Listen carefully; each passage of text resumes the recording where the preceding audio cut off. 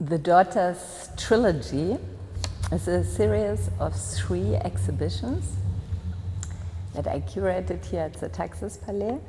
And the idea was to contour the figure of the daughter as a revolutionary figure. And this idea came from real life. It was very much inspired by the woman life freedom movement in Iran, where young women started a revolutionary movement, and then all generations, all sexes, genders joined them. So in this particular chapter, the 2nd chapter of the trilogy, which is titled Bindung and Communion, Bindung meaning something like attachment, bonds. The artists tackle the question, how does this revolutionary daughter, which can be also embodied by males, and not all females are automatically daughter in the sense of the daughter that we are contouring here. It's rather a choice, and it demands for many things. One of them to be committed to a cause, with a person, with a community.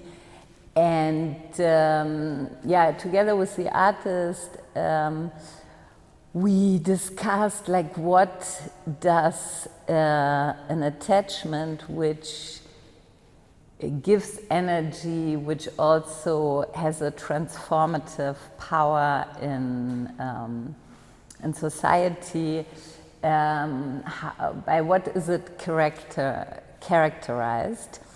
And then we found very soon that a good attachment always includes and even has as an integral part of it conflict, struggle.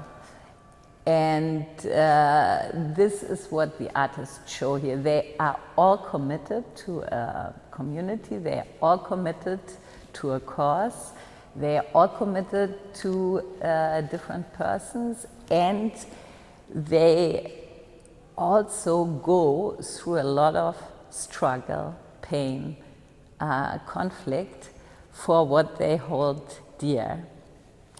And the exhibition starts with the compelling works by Kirtika Kain, who's playing with differently valued materials, like tar and gold, for example. So they materials that are in a hierarchy, that we see in a hierarchy. And she's engaging with these materials in a way that she cannot 100% control the outcome. And all this is driven by a dedication to herself, confronting and with her being a member of the Dalit community, Dalit diaspora in Australia. So it's, on the one hand, it's a self-assertion, but it's really also a confrontation with this weird idea of the caste system. And she's finding one of these weird moments also in the materials that she's working with, as they are culturally very charged materials, and then she brings them in a dialogue, also copper and resin, and different things which then create this amazing outcomes where we see a depth, where we see also a struggle, I would say, something that is not resolved, and has at the same time an incredible beauty. And then from this we come to Gabriela Gulda's work, which is a video. We see two little girls reading the Communist Manifesto by Marx and Engels to their grandmother. And the grandmother is the mother of the artist. The two girls are her nieces. And so the little girls read the Communist Manifesto, and then they ask, Grandma, what is a revolution? Who are the bourgeoisie? What is injustice? And all these things. And the grandmother explains with this, and there is of course this nice atmosphere between them, because the little girls really want to know the grandma, who has a profound knowledge of communist ideas, as she, as a member of the Communist Party of Argentina, she was very active against the military dictatorship there. So she has this profound knowledge, and then she, of course, has to translate it for the present, and also to little kids who are very important, of course, to her. So it's also passing on intergenerationally a connection, a commitment, a bond, a Bindung, and thereby creating a communion. And of course, the communion we have in this video is a familiar one, but at the same time it commits to a cause, a broader societal cause, which is an egalitarian society. And from there we come and see a film by Assaf Gruber called My Miraculous Accident. And there are many layers to this film, but what Assaf is telling a story about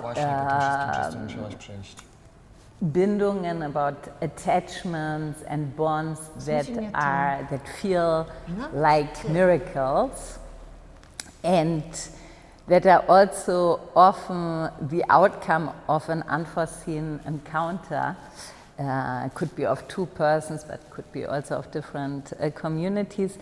And then he's confronting this celebration of these miraculous accidents, miraculous bonds, with ties to nation states, like brutal, violent ties to nation states, which disrupt, which end abruptly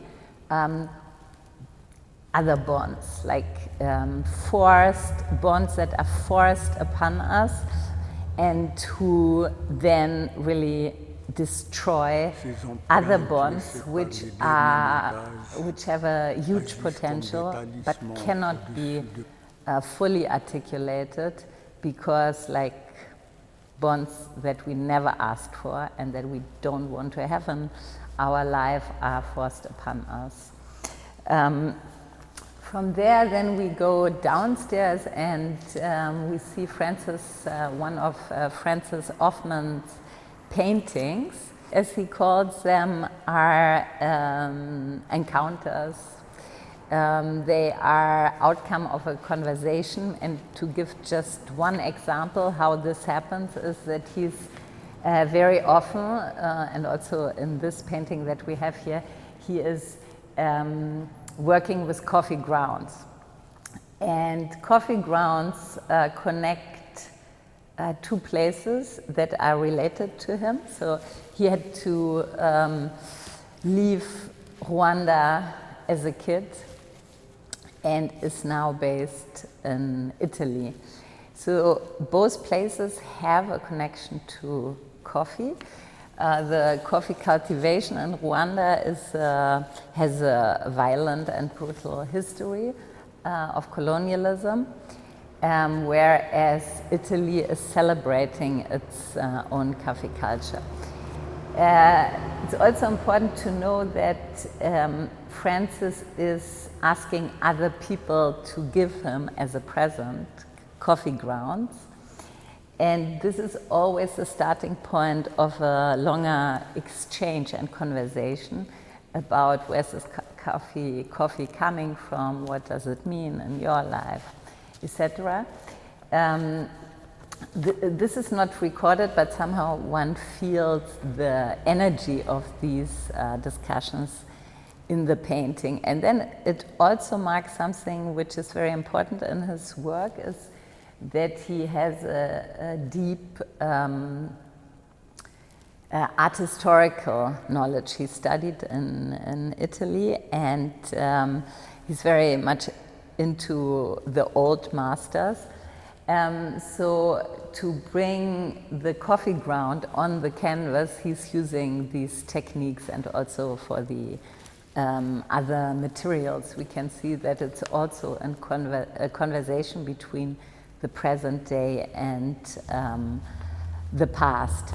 So yeah, it's there's a deep diasporic longing also in this work, so a deep commitment to where he's coming from, and many questions to the place where he's based and how he wants to hold his relationship to where he's coming from, what he learned, etc. And the exhibition ends with an immersive installation by Areez Katki that he is showing textile works, embroidered drawings, as he calls them. And Areez's work is not only with the choice of the motifs, very much showing bonds and struggle within communion, but he's also performatively producing these bonds by literally stitching textiles, which are also loaded. They all come from the family tailor in Bombay, who is not only the family tailor, but who is part of the Parsi community, something that is crucial to Areez Katki, who is a part of this community, who is of Zoroastrian belief, and there's a larger community, or the biggest community at the moment is in Bombay, where Areez was also born, but he grew up in New Zealand, so he's also, at the one time, on the one hand, he's celebrating and cherishing these bonds to these traditions, to persons who were important in his life, to community celebrations, to myths and stories. And at the same time, he's also critically challenging them and questioning them. It's like a vocabulary to tell a story that is unfinished, and also maybe we cannot decipher all of the motives, which have, I would say, all a very concrete root. But what we can do, and what this work is also inviting, is that we add our own stories to this, and let connect our struggles with his questioning of the traditions he is part of. And I would say this is true for all the works in this exhibition. They all the artists are courageous enough to tackle things that are really dear, that they hold really dear, that they completely commit to. And at the same time, they introduce some questions. They show also that how much pain it is involved to fight for these Bindungen. And then we are invited to come with our own questions in relation to this, and also the different artworks,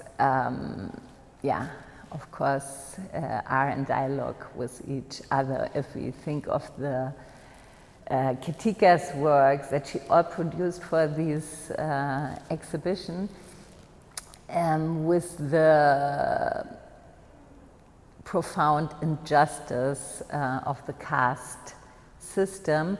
And then in the next room we have the Communist Manifesto, so the class society so we have different context with very resonating topics, of course.